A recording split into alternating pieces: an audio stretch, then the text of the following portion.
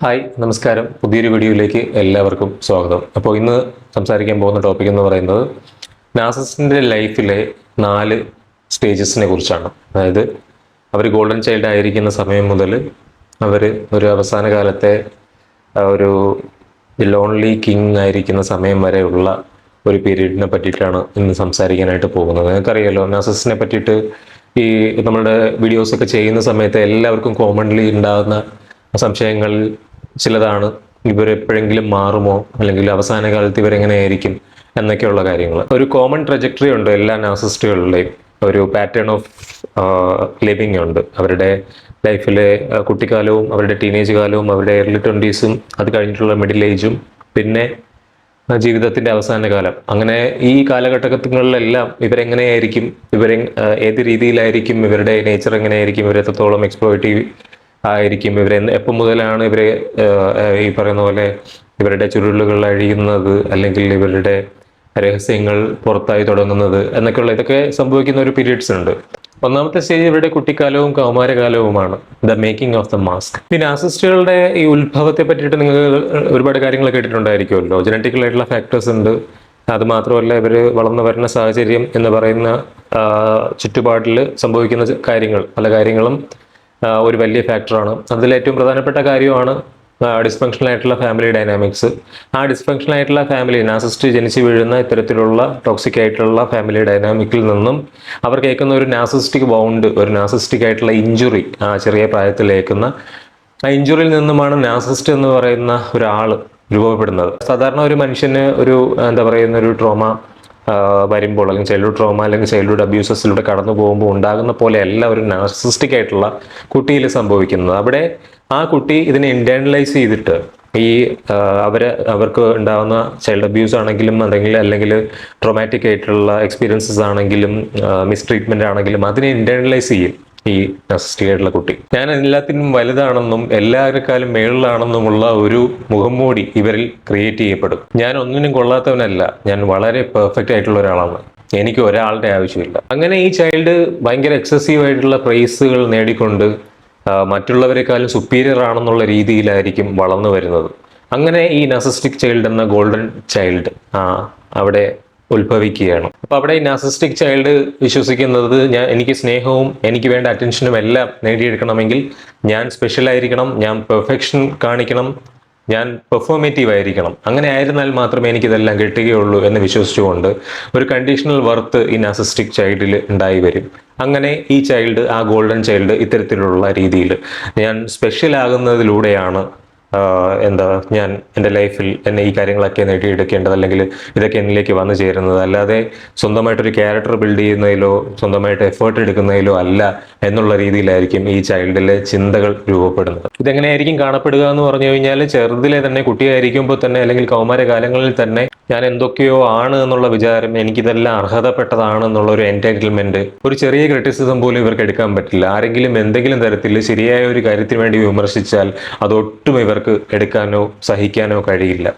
പിന്നെ എപ്പോഴും എന്ത് വില കൊടുത്തും എങ്ങനെയെങ്കിലും ആരെയെങ്കിലും വഞ്ചിച്ചിട്ടാണെങ്കിലും ജയിക്കണം ജയിക്കണം ജയിക്കണം എന്ന ചിന്ത. പിന്നെ വളരെ ഷാലോ ആയ സൂപ്പർഫിഷ്യൽ ആയിട്ടുള്ള ഫ്രണ്ട്ഷിപ്പുകൾ ഉണ്ടാക്കുക, ഫോളോവേഴ്സിനെ ഉണ്ടാക്കുക, ഡീപ്പായിട്ടുള്ള എംപതറ്റിക് ആയിട്ടുള്ള കണക്ഷൻസ് മനുഷ്യരുമായിട്ട് ഉണ്ടാകാതെ അത്തരത്തിലുള്ള ഫ്രണ്ട്ഷിപ്പുകൾ ഉണ്ടാക്കാൻ കഴിവില്ലാത്ത, ഇത്തരത്തിലുള്ള സൂപ്പർഫിഷ്യൽ ആയിട്ടുള്ള ഫ്രണ്ട്ഷിപ്പുകൾ മാത്രം ഉണ്ടാക്കാൻ കഴിയുന്ന, അല്ലെങ്കിൽ ഫോളോവേഴ്സിനെ മാത്രം ഉണ്ടാക്കാൻ കഴിയുന്ന ആളായി വളർന്നു വരിക. രണ്ടാമത്തേത് ഇവരുടെ യങ് അഡൾട്ട്ഹുഡ് ആണ്. അഡൾട്ടായിരിക്കുന്ന സമയത്ത് ഏർലി 20s, ഇവിടെയാണ് ഇവരുടെ പീക്ക് ഓഫ് പവർ എന്ന് പറയുന്ന ഒരു കാര്യം കാണാനായിട്ട് പറ്റുക. നാർസിസിസ്റ്റിന്റെ വളരെ എനർജറ്റിക് ആയിട്ടുള്ള, ചാംഫുൾ ആയിട്ടുള്ള എനർജി മറ്റുള്ളവരിൽ നിന്നും ആവശ്യപ്പെടുന്ന ഒരു സ്റ്റേജ്, അതിൻ്റെ ഒരു പീക്ക് സ്റ്റേജ്, അല്ലെങ്കിൽ അതിൻ്റെ ഒരു ഏറ്റവും സുപ്രീം ആയിട്ടുള്ള ഒരു പീരീഡാണ് ഈ യങ് അഡൾട്ട്ഹുഡ് ആയിട്ടുള്ള ഒരു പീരീഡ്. അവിടെയാണ് ഈ നാർസിസിസ്റ്റിന് ആ ഒരു നാർസിസിസ്റ്റിക് സപ്ലൈ വളരെയധികം വേണ്ട ഒരു സിറ്റുവേഷനും കൂടെയാണ്, അല്ലെങ്കിൽ ഒരു കാലഘട്ടം കൂടെയാണ്. അപ്പം അത് ഉറപ്പുവരുത്താൻ വേണ്ടി, സ്റ്റഡി ആയിട്ടുള്ള ഒരു നാർസിസിസ്റ്റിക് സപ്ലൈ ഉറപ്പുവരുത്താൻ വേണ്ടിയിട്ട് പലതരത്തിലുള്ള കാര്യങ്ങളും ഇവർ ചെയ്യുന്ന ഒരു സമയമാണ്. റിലേഷൻഷിപ്പുകൾ ഉണ്ടാക്കിയെടുക്കാൻ വേണ്ടിയിട്ട് അവിടെ ഇൻറ്റൻസ് ആയിട്ടുള്ള ലവ് ബോംബിങ് ചെയ്യുന്ന പീരീഡാണ്. സെഡ്യൂസ് ചെയ്യാൻ വേണ്ടിയിട്ട് സെഡക്ഷൻ്റെ കാര്യത്തിൽ മാസ്റ്റേഴ്സാണ് ഇവർ. ഒരുപാട് റിലേഷൻഷിപ്പുകൾ ഈ ഒരു സമയത്ത് ഇവരുണ്ടാക്കിയെടുക്കും. ഇത്തരത്തിൽ അവരുടെ നാർസിസ്റ്റിക് സപ്ലൈ വളരെയധികം ബൂസ്റ്റ് ചെയ്യേണ്ട ഒരു സമയമായതുകൊണ്ട് തന്നെ ഇവരുടെ തൊഴിലിലാണെങ്കിൽ കരിയറിലാണെങ്കിൽ വളരെയധികം അംബീഷനുള്ള സമയമായിരിക്കും ഇവർക്ക്. ഇവർ ചെന്ന് കയറിയാൽ തന്നെ ഏത് വിധേനയും ഒന്നാമതെത്താൻ വേണ്ടിയിട്ട് ശ്രമിക്കുന്ന ആൾക്കാരാണ്. ചുറ്റുമുള്ള കൊളീഗ്സിനെ ഏത് വിധേനയും എന്താ പറയുക, അവരെ യൂട്ടിലൈസ് ചെയ്ത് എക്സ്പ്ലോയിറ്റ് ചെയ്ത് മറ്റുള്ളവർ ചെയ്യുന്ന വർക്കിൻ്റെയും കൂടെ ക്രെഡിറ്റ് സ്വന്തമായിട്ട് ഒരു ഉളുപ്പുമില്ലാതെ എടുത്ത് എപ്പോഴും വർക്ക് ചെയ്യുന്ന ബോസിൻ്റെയും അല്ലെങ്കിൽ അവിടുത്തെ സുപ്പീരിയർ ആയിട്ടുള്ള ആൾക്കാരുടെയൊക്കെ കണ്ണിലുണ്ണിയായിരിക്കും ഇവർ. എന്നാൽ കൂടെ വർക്ക് ചെയ്യുന്നവർക്ക് ഒരു പേടി സ്വപ്നമായിരിക്കും. അങ്ങനെ കരിയറിലാണെങ്കിലും സോഷ്യലി ആണെങ്കിലും വളരെ വലിയൊരു അഡ്വാൻസ്മെന്റ് അവർക്ക് ഉണ്ടാവും. ഇവരൊരു നെറ്റ്വർക്ക് ഓഫ് ആൾക്കാരെ ഉണ്ടാക്കിയെടുക്കുന്ന, ഇവരെ ഫോളോ ചെയ്യുന്ന, ഇവരൊക്കെ എപ്പോഴും ഇവരെ തള്ളിമറിച്ച് ഇവർക്ക് വേണ്ട അറ്റൻഷൻ എല്ലാം കൊടുക്കുന്ന തരത്തിലുള്ള ആൾക്കാരെയായിരിക്കും ഇവരെപ്പോഴും ഉണ്ടാക്കിയെടുക്കുന്നത്. അതുകൊണ്ട് തന്നെ വളരെ ഷാലോ ആയിട്ടുള്ള സൂപ്പർഫിഷ്യൽ ആയിട്ടുള്ള ഫ്രണ്ട്ഷിപ്പുകളായിരിക്കും, അല്ലെങ്കിൽ ഡീപ്പായിട്ടുള്ള മീനിങ് ആയിട്ടുള്ള ഫ്രണ്ട്ഷിപ്പുകൾ, സാധാരണ മനുഷ്യരുണ്ടാക്കുന്ന പോലുള്ള ഫ്രണ്ട്ഷിപ്പുകളൊന്നും ഇവർക്ക് ഉണ്ടാവില്ല. അതിനിവരുടെ സോഷ്യൽ മീഡിയ മാത്രം പരിശോധിച്ച് നോക്കിയാൽ മതിയാവും. ചെറിയ ചെറിയ അച്ചീവ്മെന്റ്സ് പോലും വലുതായി കാണിച്ചുകൊണ്ടുള്ള പോസ്റ്റുകളും അത്തരത്തിലുള്ള ഇമേജുകളും ഒക്കെ ആയിരിക്കും ഇവരുടെ സോഷ്യൽ മീഡിയയിൽ. ഫുൾ ഒരു ഹൈലൈറ്റ് റീലായിരിക്കും. പെർഫെക്റ്റ് ലൈഫുള്ള ഒരു സിഇഒ ആയിട്ട്, ഒരു കമ്പനിയുടെ ഉടമസ്ഥനായിട്ട് നിങ്ങൾക്ക് ഇവരെ സമൂഹത്തിൽ കാണാം. റിലേഷൻഷിപ്പുകളാണെങ്കിലോ പരിചയപ്പെട്ട് ഒരാഴ്ച കഴിഞ്ഞിട്ട് കല്യാണം കഴിക്കാൻ നിൽക്കുന്ന പെർഫെക്റ്റ് ആയിട്ടുള്ള സോൾമേറ്റ് ആയിട്ട് ഇവരെ കാണാം. മൂന്നാമത്തെ സ്റ്റേജ് എന്ന് പറയുന്നത് ദ മിഡിൽ ഏജ്. ഇവിടെയാണ് ഇവരുടെ മാസ്കിലെ വിള്ളലുകൾ കണ്ടു തുടങ്ങുന്നത്. ഈ ഒരു പീരീഡാണ് ഇവരുടെ ഗ്രാൻഡ്യൂസ് ആയിട്ടുള്ള ഫാന്റസിക് ആയിട്ടുള്ള ആഗ്രഹങ്ങളുടെ ഒക്കെ, അല്ലെങ്കിൽ എല്ലാം പിടിച്ചെടുക്കാനുള്ള യൂണിവേഴ്സ് മൊത്തം എനിക്ക് ചുറ്റും കറങ്ങണമെന്ന് ആഗ്രഹിച്ച് മുന്നോട്ട് പോകുന്ന ഇവരെ റിയാലിറ്റി വന്നിടിക്കുന്ന ഒരു പീരീഡാണ് ഈ ഒരു മിഡിൽ ഏജ് എന്ന് പറയുന്ന ഒരു നാർസിസ്റ്റിന്റെ. അവർ യൗവനകാലം അങ്ങ് മാറിക്കഴിയുമ്പോൾ പിന്നെ അങ്ങോട്ട് ഇവർ എക്സ്പോസ് ചെയ്യപ്പെടാൻ തുടങ്ങും. ഇവരുടെ മുഖംമൂടികൾ അഴിഞ്ഞു വീഴാൻ വേണ്ടി തുടങ്ങും. മറ്റുള്ളവരെ എക്സ്പ്ലോയിറ്റ് ചെയ്യാൻ വേണ്ടിയിട്ട് ഇവരെടുത്തിരുന്ന മാനിപ്പുലേറ്റീവ് ആയിട്ടുള്ള ടാക്ടിക്കുകളൊക്കെ പലർക്കും കാണാൻ പറ്റുന്ന അവസ്ഥയിലായി തുടങ്ങും. കൂടുതൽ യങ് ആയിട്ടുള്ള, കൂടുതൽ എനർജറ്റിക് ആയിട്ടുള്ള ആൾക്കാർ കോമ്പറ്റീറ്റീവ് ആയിട്ടുള്ള മേഖലകളിൽ, ഇവരുടെ തൊഴിൽ മേഖലകളിൽ വന്നു തുടങ്ങും. അത് ഇവർക്ക് വലിയ വെല്ലുവിളിയായി തുടങ്ങും. ഇവരുടെ സ്ഥാപനത്തിനും ഇവരുടെ കരിയറിനും ഒക്കെ, അല്ലെങ്കിൽ ഇവരുടെ ജോലി സ്ഥലത്തും ഒക്കെ ഈ കോമ്പറ്റീഷൻ കാരണം ഇവര് നന്നായിട്ട് കഷ്ടപ്പെടും. കുറച്ച് സമയമൊക്കെ പലരെയും കബളിപ്പിക്കാനായിട്ട് സാധിക്കുള്ളൂ. ഒരുപാട് കാലമൊന്നും സാധിക്കില്ല. ഇവരുടെ കുട്ടികളൊക്കെ വളർന്ന് വലുതായി ഇവരിൽ നിന്നും എങ്ങനെയെങ്കിലും രക്ഷപ്പെടാനുള്ള ശ്രമങ്ങൾ നടത്തിക്കൊണ്ടിരിക്കും. അവരെ മാറിപ്പോകാനായിട്ട് തുടങ്ങും. ഇവരുടെ കൺട്രോളിൽ നിന്നും അകന്നു പോകാനായിട്ട് തുടങ്ങും. ഇവരുടെ നിലവിലുള്ള ആൾക്കാരെല്ലാം അവരുടെ കൺട്രോളിംഗ് ആയിട്ടുള്ള നേച്ചറിൽ നിന്നും മാറിപ്പോവുകയും പുതിയ പുതിയ നാർസിസ്റ്റിക് സപ്ലൈ അല്ലെങ്കിൽ മറ്റ് നാർസിസ്റ്റിക് സപ്ലൈകൾ കണ്ടുപിടിക്കേണ്ട ഒരു അവസ്ഥയിലേക്ക്, ഒരു ഗതികേടിലേക്ക് ഇവർ എത്തിപ്പെട്ടു തുടങ്ങും. അപ്പൊ ഞാനൊരു ജീനിയസ് ആയിട്ടുള്ള ഒരു ഓൺടർപ്രന്യർ ആണ്, അല്ലെങ്കിൽ ജീനിയസ് ആയിട്ടുള്ള ഒരു എംപ്ലോയി ആണ് എന്നുള്ള ഇവരുടെ ആ ഒരു ഈഗോയ്ക്ക് വലിയൊരു അടിയാണ് ഇവിടെ റിയാലിറ്റിയിൽ സംഭവിക്കുന്ന ഈ മാറ്റങ്ങൾ. അപ്പോൾ അത് അവരെ വളരെയധികം ഡിസ്റ്റർബ്ഡ് ആക്കും. നാർസിസ്റ്റിക് റേജ് ഇവരിൽ വളരെയധികം ഉണ്ടാക്കും ഈ ഒരു പീരീഡിൽ. അപ്പോൾ അതുകൊണ്ട് തന്നെ ഈ ഒരു സമയത്ത്, ഈ ഒരു ട്രാൻസിഷൻ സ്റ്റേജിൽ ഇവർ കൂടുതൽ അഫയേഴ്സിലേക്ക് പോകും. അതുകൊണ്ട് തന്നെ വളരെ റിസ്കി ആയിട്ടുള്ള ഫിനാൻഷ്യൽ ഡിസിഷൻസ് ഒക്കെ ഇവർ കാണിക്കും. കാരണം സക്സസ്ഫുൾ ആണെന്ന് കാണിക്കാൻ വേണ്ടി വലിയ എക്സ്പെൻസീവ് ആയിട്ടുള്ള കാർ വാങ്ങിക്കുക, അല്ലെങ്കിൽ എന്തെങ്കിലും ഇതുപോലെ ഇത്തരത്തിലുള്ള എക്സ്പെൻസീവ് ആയിട്ടുള്ള കാര്യങ്ങളൊക്കെ കരസ്ഥമാക്കിക്കൊണ്ട് അത് ഷോ ഓഫ് ചെയ്തുകൊണ്ടൊക്കെ ശ്രമിക്കും. കാരണം എല്ലാം കയ്യിൽ നിന്ന് പോയി തുടങ്ങുമ്പോഴത്തേക്കും പിന്നെ ഇതൊക്കെ കാണിച്ചാലേ നിലനിൽപ്പുള്ളൂ. ഇത്തരത്തിൽ ഞാനിപ്പോഴും സക്സസ്ഫുൾ ആണെന്ന് കാണിച്ചുകൊണ്ടിരുന്നാൽ മാത്രമേ മറ്റുള്ളവരിൽ കൺട്രോൾ നിലനിർത്താൻ വേണ്ടി സാധിക്കുകയുള്ളൂ. ഈ ഒരു പീരീഡിലാണ് ഇവർ വളരെയധികം ജലസ് ആവുന്നത് സ്വന്തം മക്കളോട് പോലും. ഇത് വളരെയധികം നാർസിസ്റ്റുകളിൽ എല്ലാം കാണുന്ന ഒരു കാര്യമാണ്. സ്വന്തം മക്കളുടെ യൗവനത്തിൽ വളരെയധികം ജലസിയായിരിക്കും. പിന്നെ നാലാമത്തെ സ്റ്റേജ് അസ്തമനകാലം, ഓൾഡ് ഏജ്, ഒറ്റപ്പെട്ട സിംഹാസനം. ഓൾഡ് ഏജ് ആണ് ശരിക്കും ഒരു നാർസിസ്റ്റിന്റെ അൾട്ടിമേറ്റ് പതനകാലം.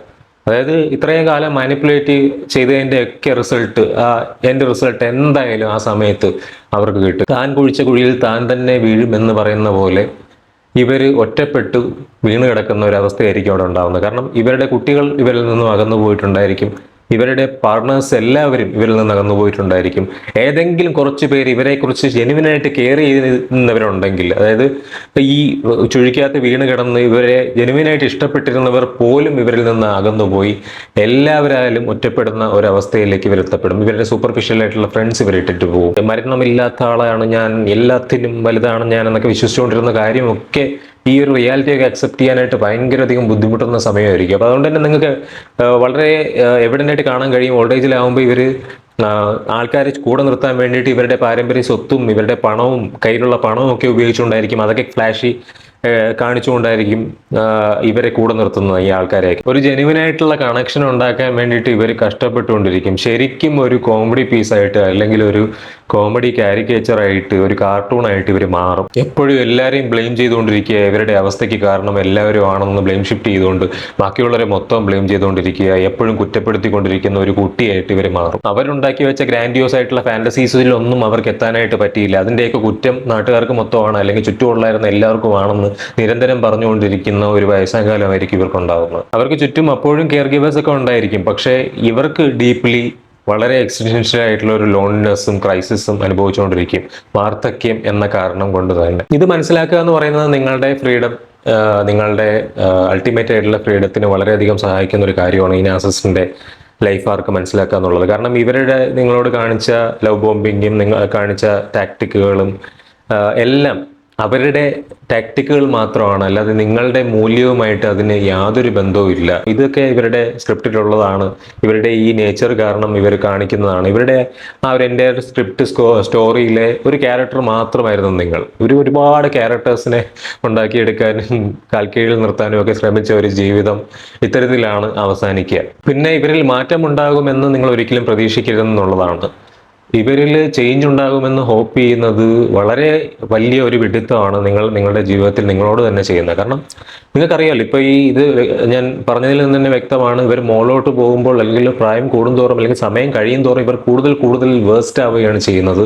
ഒരു തരത്തിലുള്ള മാറ്റവും ഇവരിൽ സംഭവിക്കില്ല. അപ്പോൾ മാറ്റം വരുമെന്ന് പറഞ്ഞ് അല്ലെങ്കിൽ നിങ്ങളൊരു ദയവും സിമ്പതിയും ഒക്കെ കാണിച്ചുകൊണ്ട് വീണ്ടും അവിടെ സമയം കൊടുക്കുന്നത് നിങ്ങളുടെ പ്രഷ്യസ് ആയിട്ടുള്ള ഒറ്റ ലൈഫ്, നിങ്ങൾക്ക് ഇവിടെയുള്ള ആ ഒരൊറ്റ ലൈഫിലെ സമയം, വിലപ്പെട്ട നിങ്ങളുടെ സമയം നിങ്ങൾ അവർക്ക് വേണ്ടി കൊടുക്കുകയാണെന്ന് മാത്രമേ പറയാനായിട്ട് പറ്റൂ. അവർ കുഴിച്ച കുഴിയിൽ തന്നെയാണ് അവർ വീഴുന്നത്. ജീവിതകാലം മുഴുവൻ ചെയ്തു വെച്ചതിന്റെ ഫലമാണ് അവർ അനുഭവിക്കുന്നത്. എന്നാൽ നിങ്ങൾ ലൈഫിൽ ഗ്രോത്ത് ഉണ്ടാക്കാൻ പറ്റുന്ന, ഇനിയും ഹീലിംഗിലേക്ക് കൂടുതൽ പോകാൻ കഴിയുന്ന, ജെനുവിനായിട്ടുള്ള സ്നേഹം അറിയിക്കുന്ന വ്യക്തികളാണ്. നിങ്ങൾക്ക് കിട്ടേണ്ട നീതിയും ന്യായവും വരുന്നത് നിങ്ങൾ സമാധാനമായിട്ടുള്ള ഹീൽഡ് ആയിട്ടുള്ള ഒരു ജീവിതം ഉണ്ടാക്കിയെടുക്കുമ്പോഴാണ്, കെട്ടിപ്പടുക്കുമ്പോഴാണ്. ഈ വീഡിയോ കുറച്ചെങ്കിലും ക്ലാരിറ്റി നിങ്ങളിൽ വരുത്തിയിട്ടുണ്ടെങ്കിൽ മാക്സിമം ഈ വീഡിയോ ഷെയർ ചെയ്ത് ആൾക്കാരിലേക്ക് എത്തിച്ച് ഈ വീഡിയോ ലൈക്ക് ചെയ്ത് സബ്സ്ക്രൈബ് ചെയ്തും കൂടെ ഈ നമ്മുടെ കമ്മ്യൂണിറ്റിയുടെ ഭാഗമായിട്ട് നിങ്ങൾ സപ്പോർട്ട് ചെയ്യുക.